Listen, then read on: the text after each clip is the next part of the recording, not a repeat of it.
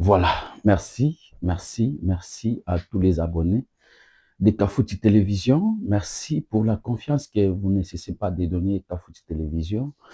Et nous avons dit tantôt que notre chaîne est là, c'est pour vous dire les vérités.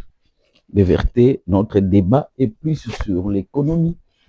Mais vous avez constaté que ces derniers temps, nous avons parlé plus politique parce que l'actualité politique dominait. Mais on avait dit qu'il n'y aura pas un jour ou des jours sans actualité politique parce que c'est les politiciens qui créent toujours des actualités politiques.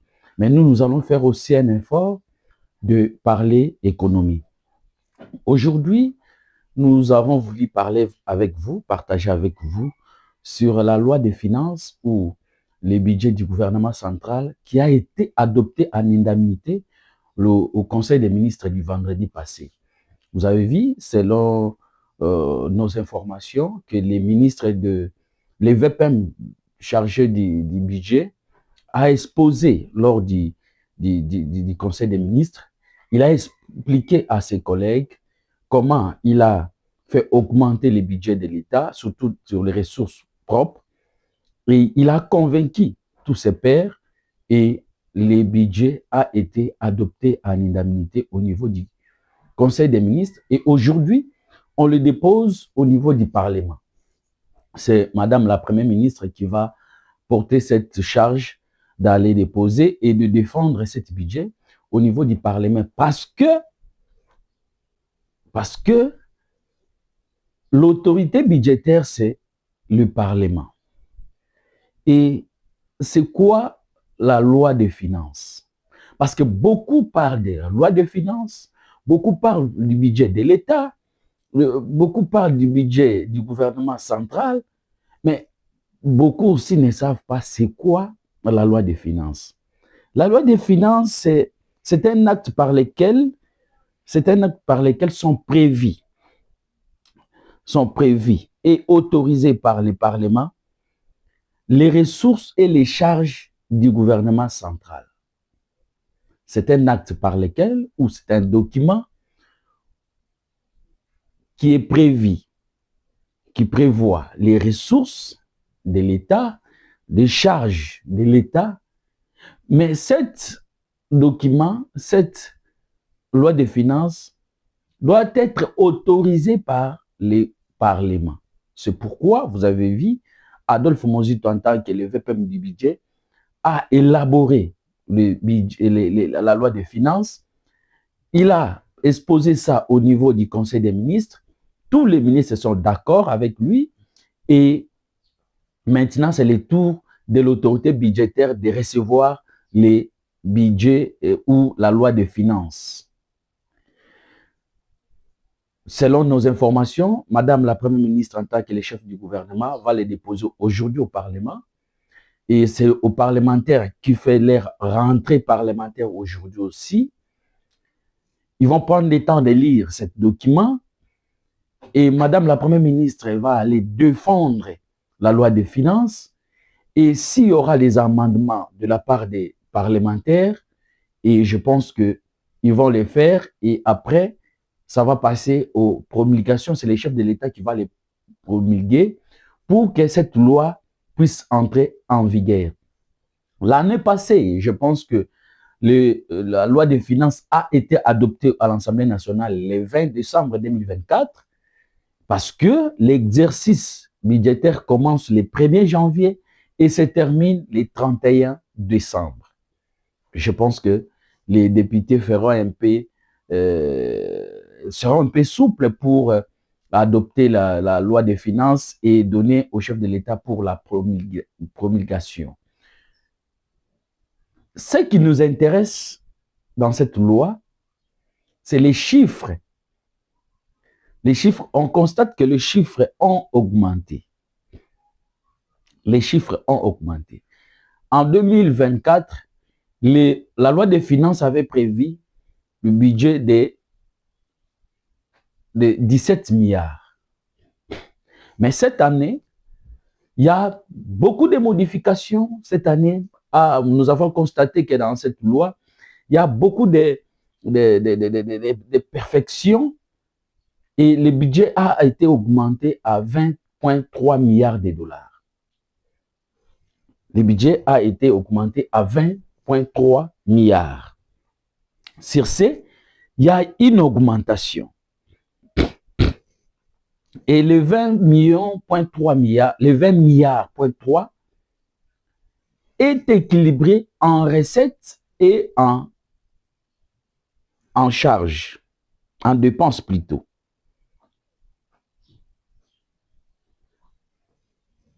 C'est un budget qui est équilibré en recettes et en dépenses. Mais on constate qu'il y a la hausse par rapport au budget de l'année passée. Et cette hausse représente 14,8% par rapport au budget de l'année passée. Et la pression fiscale est de 12,6%. Moi, je suis en train de donner des chiffres parce qu'on juge la loi des finances par rapport aux indicateurs. Et ici, nous sommes en train de constater que le budget de 2026 a une augmentation de 14,8% par rapport au budget de l'année passée. Et la pression fiscale est de 12,6%. Mais ce qui est important dans la loi des finances, c'est que les députés, je suggère d'ailleurs aux députés, aux élus, que ceux qui peuvent toucher leur sensibilité, c'est les indicateurs de la loi des finances. Et quels sont les indicateurs de ce budget? Un, il faut regarder la croissance. La croissance, l'inflation, les taux d'échange et le PIB. Voilà les 4 indicateurs que les députés peuvent marteler, que les députés peuvent très bien analyser pour qu'on puisse savoir si réellement le budget qui a été adopté au Conseil des ministres est très bien encadré, comme je venais de le dire, est très bien équilibré en recettes et en dépenses. Maintenant, ce que nous avons constaté dans ce budget, le taux de croissance est de 5,3%. Les taux d'inflation moyenne est de 7,1%. Le taux d'échange est de 2900,3. Et le taux de PIB normal est de 92,7%. 92, non. Donc, notre PIB est de 92 milliards, 0,7 plutôt. Donc, voilà les indicateurs qui peuvent nous confirmer que la loi des finances qui a été adoptée, c'est une loi qui va apporter des fruits sur le terrain par rapport aux indicateurs économiques.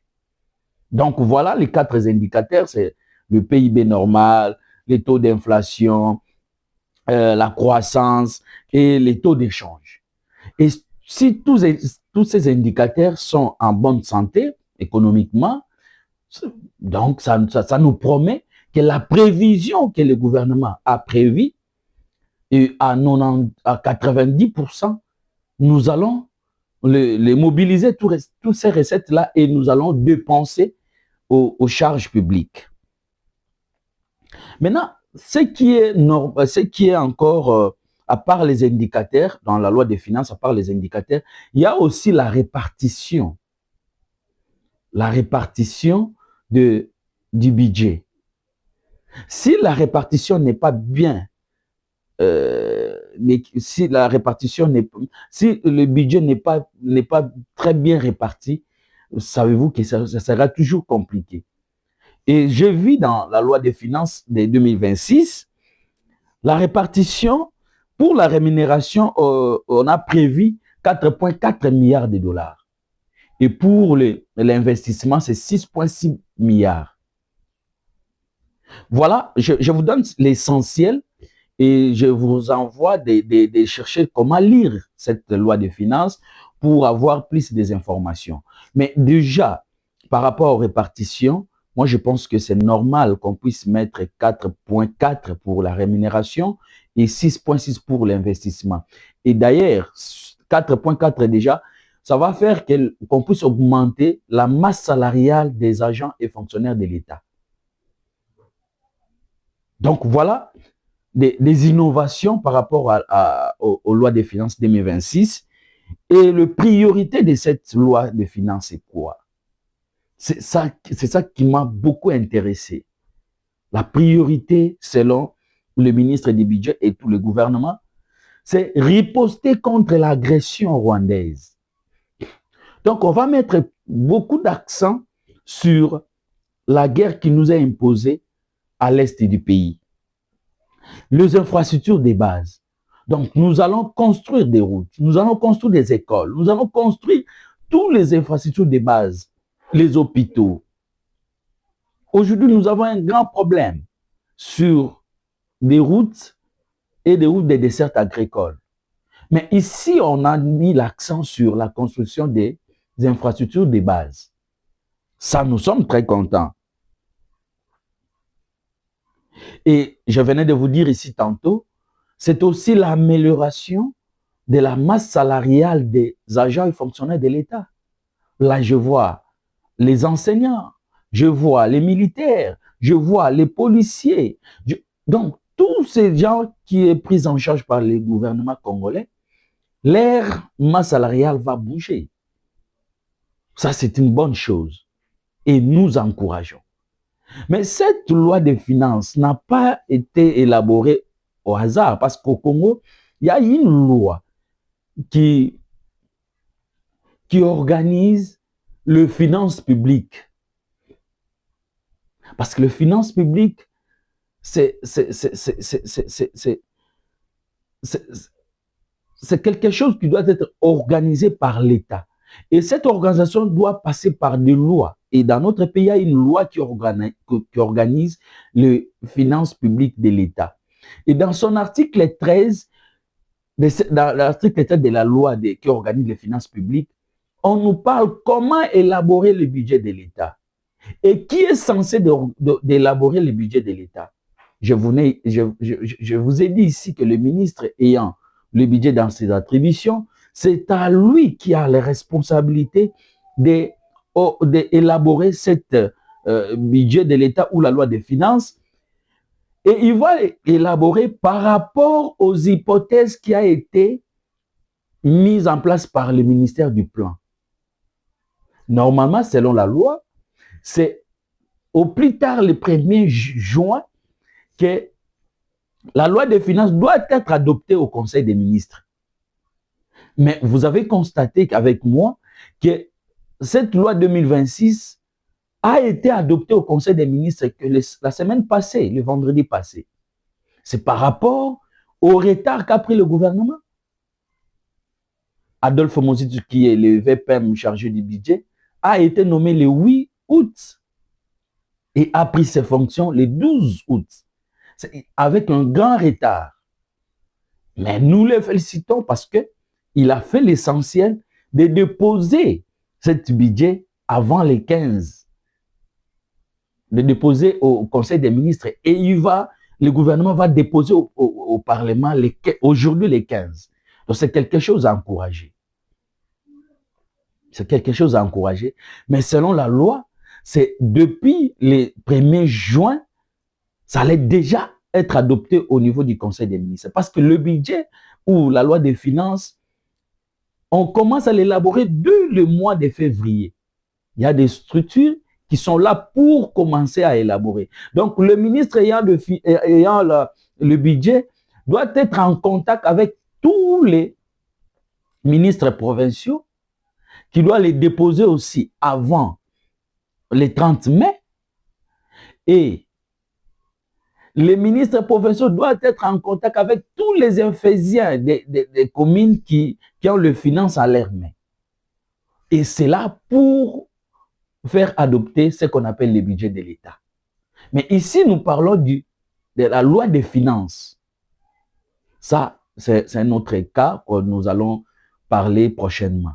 Donc, voilà un peu dans l'article 13 de la loi qui organise les finances publiques, on donne cette attribution au ministre du budget qui élabore la loi des finances, le budget de l'État, et il va l'élaborer par rapport aux hypothèses déposées par les ministères du plan, les ministres du plan. Donc voilà la procédure, comment élaborer la loi des finances. Et je suis très content parce que en regardant la loi des finances de l'année passée et cette loi des finances de l'année 2026, je pense qu'il y a une augmentation que nous saluons, tous ceux qui ont contribué pour que cette loi puisse être disponible. Et moi, je pense que avec les députés et cette session qui est essentiellement budgétaire, vont très bien analyser et s'ils vont amender, moi, je pense que ce serait une bonne chose pour que notre pays puisse aller de l'avant.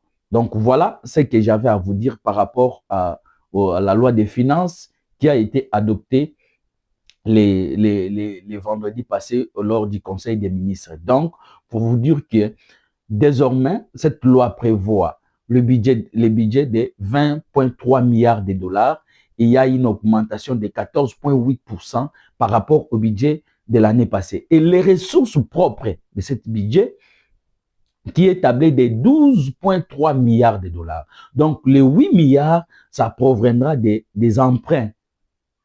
Et lors de l'émission que j'avais faite dernièrement, je vous avais dit que dans le pays moderne, la fiscalité est là pour payer des dettes. Et le pays se développe par rapport aux emprunts que nous prenons dans d'autres pays ou dans des institutions de Bretton Woods. Et ces institutions ont accepté de nous accompagner, de nous emprunter cet argent pour qu'on puisse lancer les activités, surtout sur la construction des infrastructures, de riposter contre la guerre, investir. Donc voilà, tout ça, c'est la fiscalité qui va nous accompagner. Et je vous avais dit aussi que la politique monétaire est définie au ministère du budget et au ministère des finances. Le ministère du budget, c'est lui qui élabore, c'est lui qui récolte toutes les recettes, c'est lui qui récolte toutes les dépenses que le gouvernement avec les institutions vont faire. Et le ministère du plan est là pour mettre la fiscalité, pour la mobilisation des recettes. Parce qu'il y a une personne que j'avais suivie qui m'avait écrit, il dit, mais Adolphe Moussou est en train de parler de l'augmentation du budget, mais ce n'est pas le ministère du budget qui va faire la mobilisation. Oui, ce n'est pas le ministère du budget, mais le ministère du budget est là et contrôle le ministère, bon, travaille en collaboration avec le ministère des Finances pour la mobilisation des recettes. Donc, il y a des réformes que le ministère des Finances va initier, mais il ne veut pas l'initier seul, il va l'initier en collaboration avec le ministère du budget. Donc, voilà ce que je peux vous dire aujourd'hui et continuez toujours à s'abonner dans notre chaîne Kafouti Télévision.